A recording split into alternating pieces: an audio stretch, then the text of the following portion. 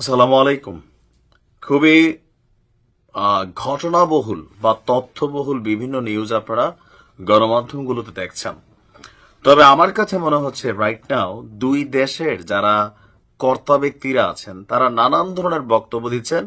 এর মধ্যে আসলে সত্য কোনটা মিথ্যা কোনটা এটাকে আইডেন্টিফাই করা কষ্টকর, কারণ এই তথ্যগুলো দুই দেশের একদম হায়ার অথরিটিস, মন্ত্রী, প্রধানমন্ত্রী, প্রতিরক্ষা মন্ত্রী, সেনাপ্রধান তারা দিচ্ছেন। ভারতের জন্য সেনাপ্রধান তারা দিচ্ছেন ভুয়া, সেটা আমরা জানি না, বাট গণমাধ্যমে পাকিস্তানের সেনাবাহিনী পাকিস্তানি দাবি করছে। কোনটা? আপনারা জানেন যে পাকিস্তানে হামলার সময়, পাকিস্তানে যখন হামলা করেছে ভারতের যুদ্ধ বিমানগুলো, 5টা রাফাল সহ বিমান ছিল। এই বিমানগুলো যখন পাকিস্তানের আকাশ সীমায় প্রবেশ করেছিল তখন সেই বিমানগুলোকে ভূপাতিত বা ধ্বংস করে নিচে নামাই নেওয়ার ও আপনার দাবি করেছিল পাকিস্তান। তবে এই সকল ক্ষেত্রে হয় কি, যুদ্ধ বিমানের যে ককপিট থাকে, কোনো কারণে বিমানে আঘাত হলে যিনি পাইলট আছেন তিনি মুহূর্তের মধ্যে প্যারাশুট দিয়া আকাশে উড়া যান, টিপ দিলে উনি উপরে উড়া যান, বিমানটা নিচে থাকে, এরপরে তিনি আবার মাটিতে ল্যান্ড করার সুযোগ পান।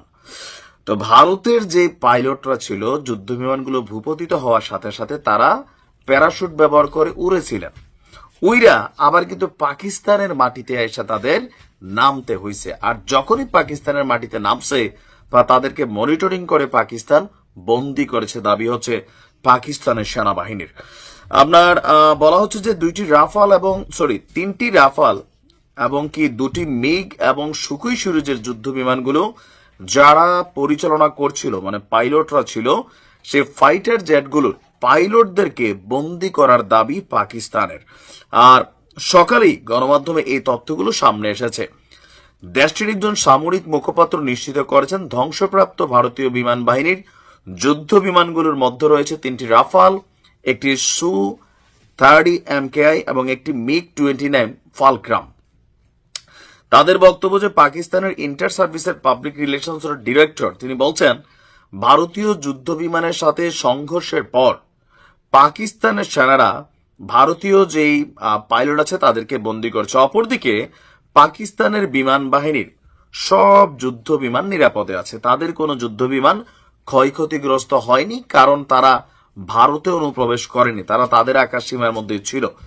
অপরদিকে আপনার এই মুহূর্তে যে দাবিগুলো এক দেশ অন্য দেশের বিরুদ্ধে করছে এগুলো সম্পর্কে স্বাধীন কোনো তথ্য উপাত্ত ফুটেজ দুই দেশের কেউ দিতে পারছে না, এবং আন্তর্জাতিক গণমাধ্যমগুলো বলছে এই দাবিগুলোর সপক্ষে আসলে আন্তর্জাতিক গণমাধ্যমগুলো নিশ্চিত হতে পারছে না। তবে ইতিমধ্যে এই যুদ্ধ যেন আর সামনের দিকে না বাড়ে সেই জন্য ইরান তাদের ভূমিকা শুরু করছে, জাতিসংঘ তাদের উদ্বেগ প্রকাশ করেছে, আরো বিভিন্ন দেশগুলো চাচ্ছে এই যুদ্ধটা যেন বিস্তৃত না হয়। তা আমারও ধারণা খুব বেশি বিস্তৃত হবে না। ওই যে বলছিলাম না যে ইজ্জত রক্ষায় ভারতের দরকার ছিল একটা অভিযান চালানো, তো ভারত অভিযান চালিয়েছে, পাকিস্তানের 8-10 জন মানুষ, সাধারণ মানুষ মারা গেছে। ইভেন কোন সেনা ঘাঁটি, সামরিক ঘাঁটি বা পাকিস্তানের যুদ্ধের ঘাঁটি এগুলোতে কিন্তু ভারত কোন রকম অভিযান চালায় নাই। ভারত দাবিও করছে এগুলা কিছু সন্ত্রাসী আস্তানা হিসেবে দাবি করছে। তো কোথায়? মসজিদ আমরা পাইলাম যে এখানকে টার্গেট করে তারা অভিযান চালাইছে। এখন পাকিস্তান বড় ধরনের কোনো অভিযান এখনো শুরু করে নাই। তবে পাকিস্তান কি যুদ্ধকে সামনের দিকে নিবে নাকি এটাকে এখানে রাখবে, পাল্টা আক্রমণ হিসেবে কি করবে? তবে পাকিস্তানের সাথে অন্যান্য দেশের এই মুহূর্তে বিমান সংযোগ, বিমান চলাচলের রাস্তা বন্ধ।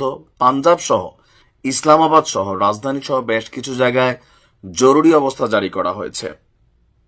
তো দেখা যাক আসলে পরিস্থিতি কোন দিকে যায়। তবে আমি আমার জায়গা থেকে মনে করি এই যুদ্ধ বাড়া উচিত না, এতে দুই দেশেরই ক্ষতি। ভালো থাকুন।